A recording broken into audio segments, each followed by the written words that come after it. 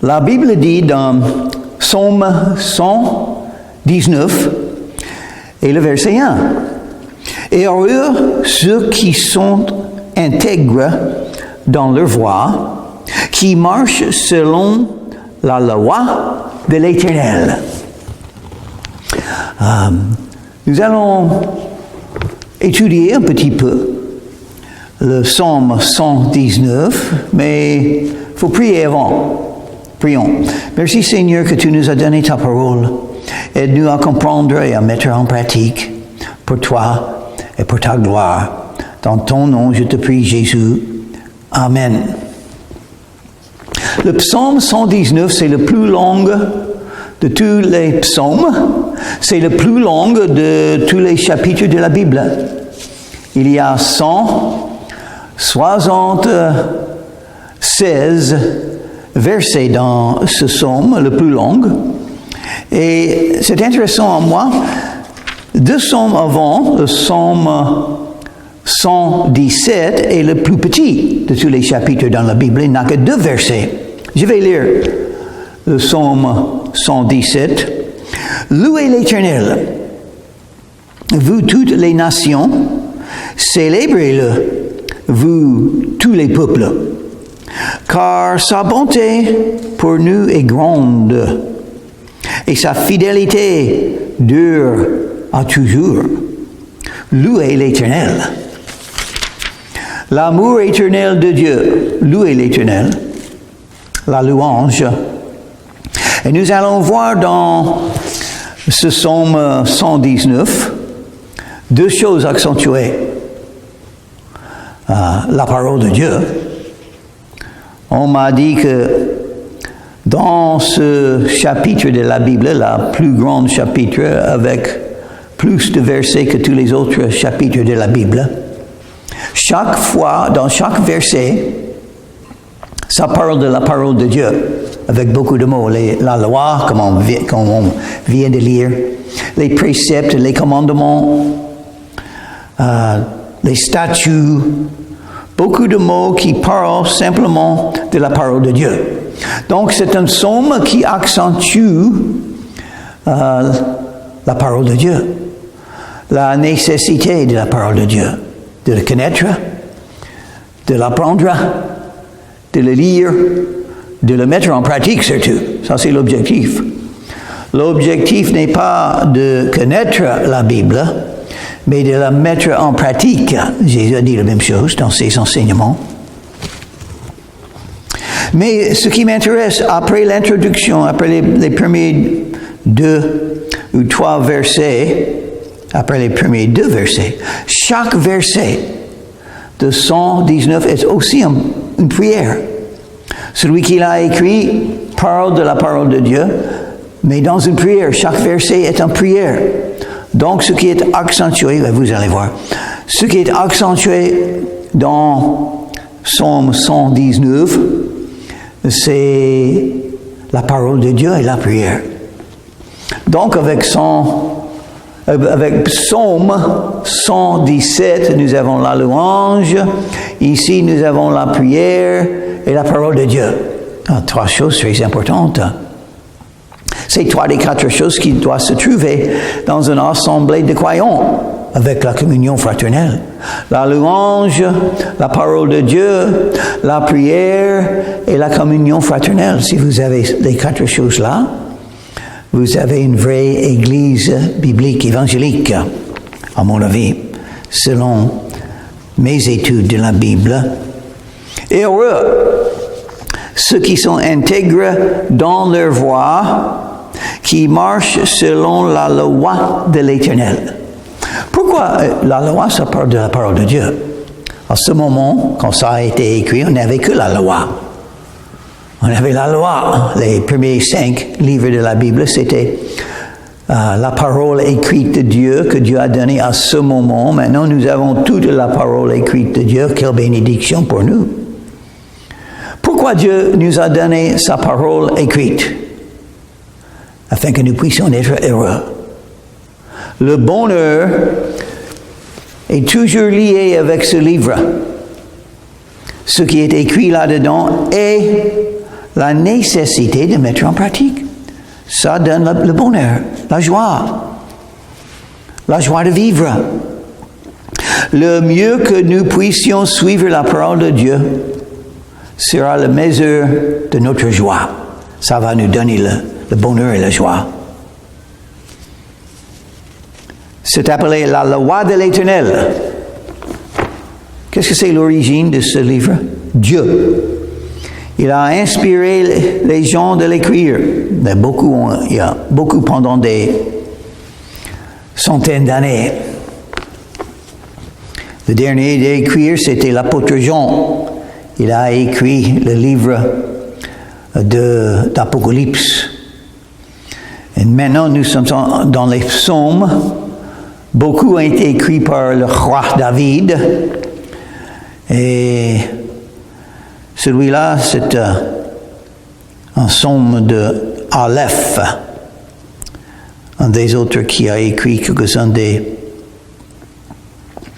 psaumes. Heureux ceux qui gardent ses préceptes, qui le cherchent de tout leur cœur. Oh, voilà un clé. Il faut chercher la parole de Dieu et de la mettre en pratique avec tout le cœur. La Bible parle souvent de tout le cœur d'un homme. Il faut donner tout le cœur à Dieu. Dans l'enseignement de Jésus, Jésus a dit que le plus grand commandement, aimer Dieu avec tout le cœur, toute la pensée, toute la force et toute l'âme. Tout le cœur. Un verset que j'aime beaucoup dans les Proverbes chapitre 3 et le verset 5. Confie-toi dans l'Éternel avec tout ton cœur, tout le cœur. Il faut faire attention à ce que vous cherchez. Celui qui cherche à garder ses préceptes de tout leur cœur. Alors, qu'est-ce que vous voulez? Cherchez et vous trouverez. Une raison qu'on souvent faillit, qu'on souvent tombe, c'est parce qu'on ne cherche pas de tout le cœur. Notre cœur peut être méchant, centré sur soi, cherchant d'autres choses. Si on cherche Dieu, on va chercher la parole de Dieu et de la mettre en pratique. Maintenant, déjà en verset 3, il commençait à prier. C'est une prière qui marche dans ses voies. Verset 4 commence avec une prière. Tu as prescrit tes ordonnances. Tu, il parle à qui? Dieu. Maintenant, de ce point jusqu'à la fin de ce chapitre 119, chaque verset est une prière. Il prie au sujet de la parole de Dieu. Tu as prescrit tes ordonnances pour qu'on les observe avec soin. Il faut faire attention. Il faut pouvoir s'examiner. Est-ce que vous suivez très bien les commandements de Jésus-Christ, les enseignements de Jésus, les enseignements de la parole de Dieu? Mais pour mettre en pratique, il faut le comprendre. Et pour le comprendre, il faut le Saint-Esprit en soi. Et il faut du temps à lire, étudier et écouter un prédicateur qui est préparé et appelé à enseigner la parole de Dieu. Jésus a dit à Simon-Pierre, après la résurrection, Jésus a dit à Simon, « M'aimes-tu? » Et il a répondu, « Seigneur, tu sais que je t'aime. » Et Jésus a dit, « Paie mes brebis. Paie mes brebis. » Paie quoi? Paître avec quoi? La parole de Dieu, c'est la nourriture spirituelle. Pourquoi enseigner les croyants? Parce qu'ils ont besoin d'apprendre, de réfléchir et de mettre en pratique. C'est la volonté de Dieu.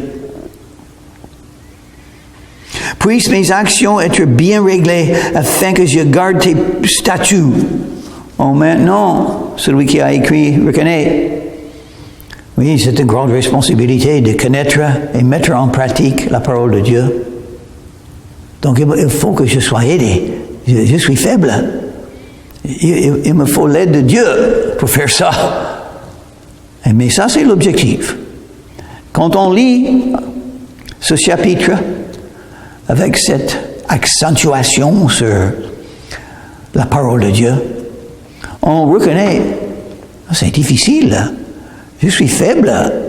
Je faillis facilement. Je n'accomplis pas entièrement cet objectif. Donc, il me faut la miséricorde de Dieu aussi. Heureusement, la Bible parle beaucoup de la miséricorde de Dieu. Mais, malgré le fait que nous sommes tous des pécheurs, et on peut faillir facilement, l'objectif est toujours le même. Faire ce qui est bon. Et c'est une partie des armes spirituelles, n'est-ce pas, selon Galates Ephésiens chapitre 6, les armes de Dieu, la justice. La justice.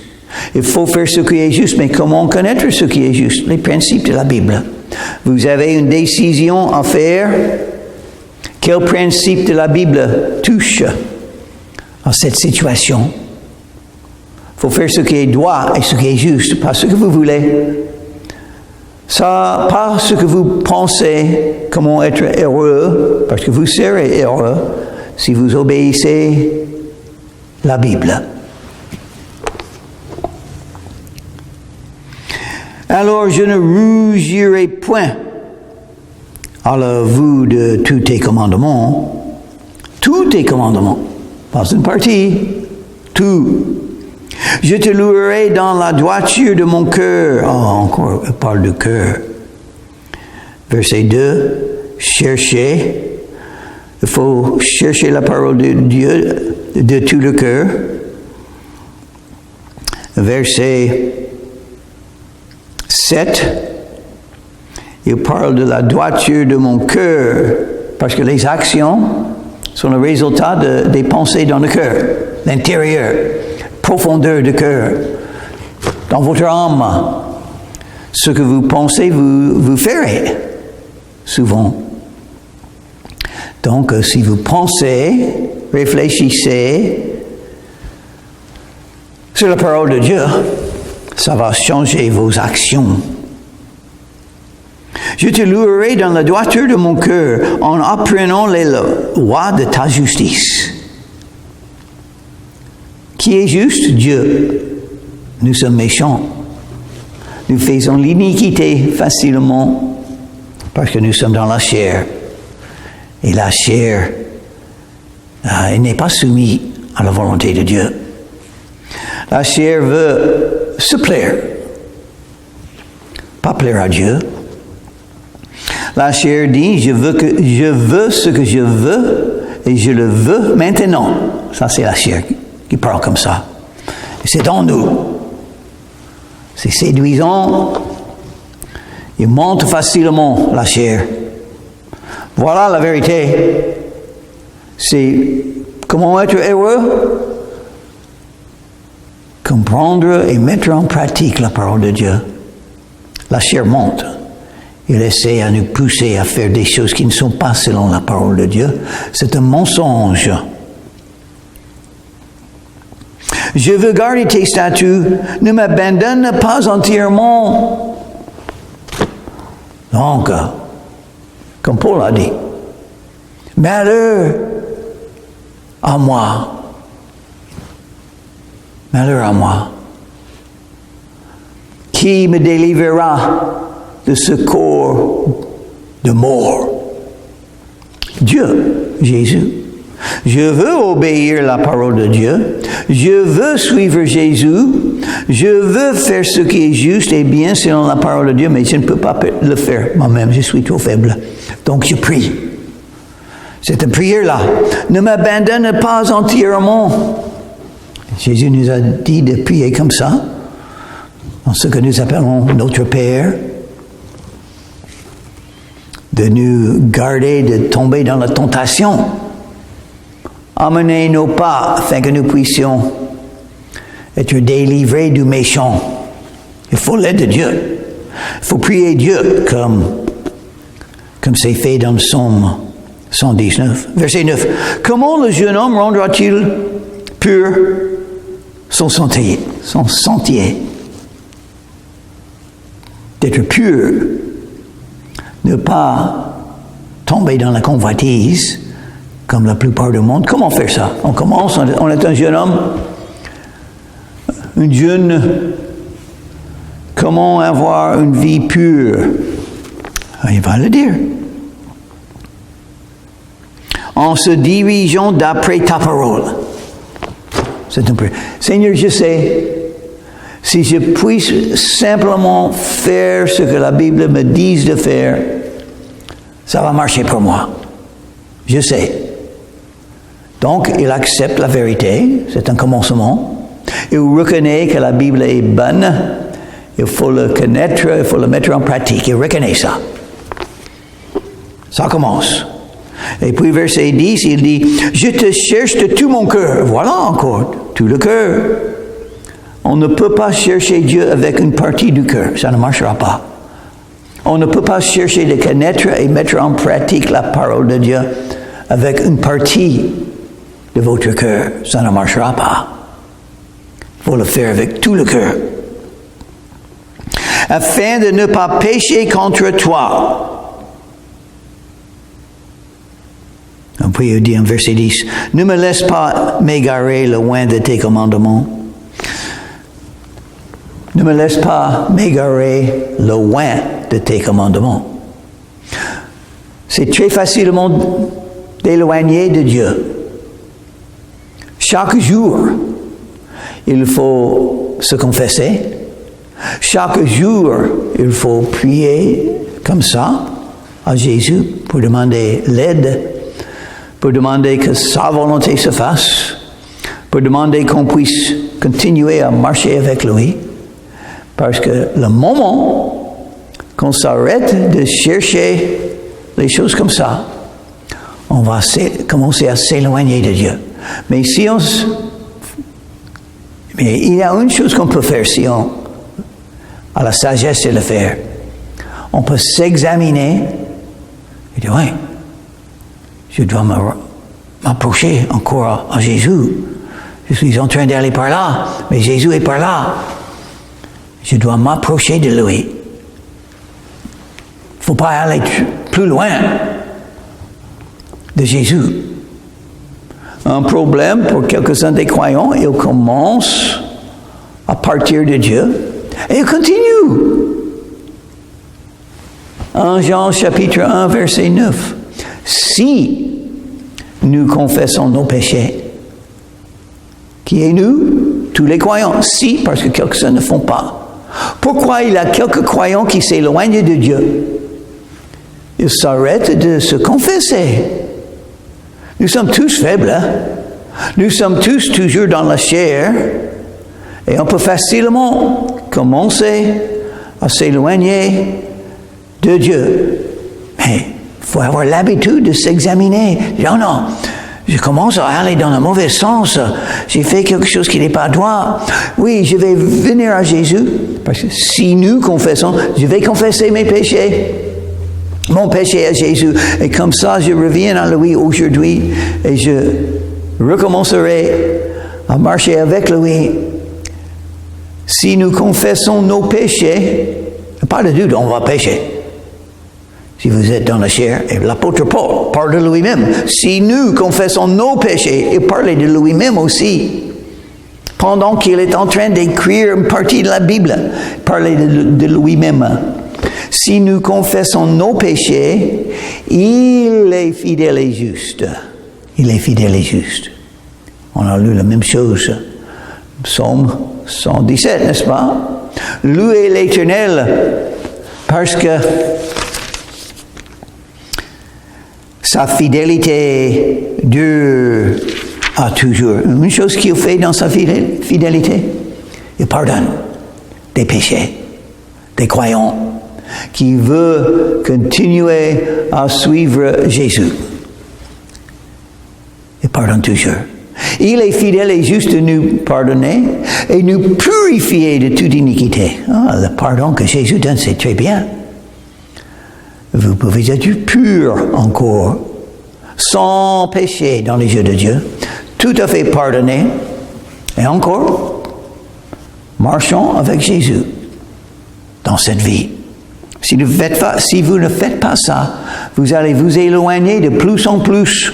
Et il savait. Il a dit, ne me laisse pas m'égarer loin de tes commandements. Je serre ta parole dans mon cœur, je serre. C'est cloué, c'est lié. C'est dans mon cœur la parole de Dieu. Oh, il faut apprendre. Il faut mémoriser. Il faut apprendre par cœur des versets importants de la Bible. Donc c'est là-dedans. On n'est pas obligé même pas d'ouvrir la Bible parce que c'est là-dedans. Confie-toi dans l'Éternel de tout ton cœur. N'appuie pas sur ta sagesse. Reconnais-le dans toutes tes voies. Et il aplanera tes sentiers. J'ai pas lu. Non, j'ai dit de mon cœur. Et le plus que je peux mettre des versets dans mon cœur, le plus que ces versets peuvent facilement sortir pour me diriger, pour m'aider, pour m'encourager, pour m'instruire, pour me faire rappeler de ce qui est bon et juste. Je serre ta parole dans mon cœur afin de ne pas pécher contre toi. Ça aide beaucoup. Jésus a été tenté 3 fois par le diable. Chaque fois, Jésus a fait une chose. Il a cité ce qu'il savait de la Bible. 3 fois, il a cité un verset de l'Ancien Testament, du livre de Deutéronome. Et Jésus a gagné la victoire parce qu'il avait la parole de Dieu en lui et la parole de Dieu est sortie facilement, tout de suite quand il fallait. Béni sois-tu, ô Éternel, enseigne-moi tes statuts. Oh, Dieu a donné la Bible, et c'est Dieu aussi, par le Saint-Esprit, qui enseigne la Bible. Une des grandes bénédictions d'être un vrai croyant, vous avez le Saint-Esprit. Et le Saint-Esprit veut vous enseigner la vérité de la Bible. Comment ça veut dire? Pourquoi il y a des sectes comme les témoins de Jéhovah, les Mormons, ils utilisent la Bible, mais ils ne comprennent pas. Ils enseignent des choses bizarres de la Bible. Ils ne sont pas enseignés par Dieu. Ils sont enseignés par les hommes. Par leur tête humaine, leur pensée humaine. Donc, ils ne peuvent pas comprendre. Béni sois-tu, ô Éternel, enseigne-moi tes statuts encore en prière. Je suis en train de lire la Bible, mais je ne peux pas comprendre sans l'aide de Dieu, sans le Saint-Esprit. De mes lèvres, j'énumère toutes les sentences de ta bouche, de mes lèvres. Oh, après lire et apprendre la Bible, qu'est-ce qu'il faut faire avec? Il faut le dire. Il faut dire ce que j'ai appris aux autres. Ça, c'est la volonté de Dieu. Une raison qu'il nous a donné la parole de Dieu, et ça fait que les croyants puissent le lire et le dire. Citez la Bible dans vos conversations de la journée. Non, c'est pas mauvais, non, c'est une bonne chose. Si quelqu'un parle, qu'il parle selon la parole de Dieu.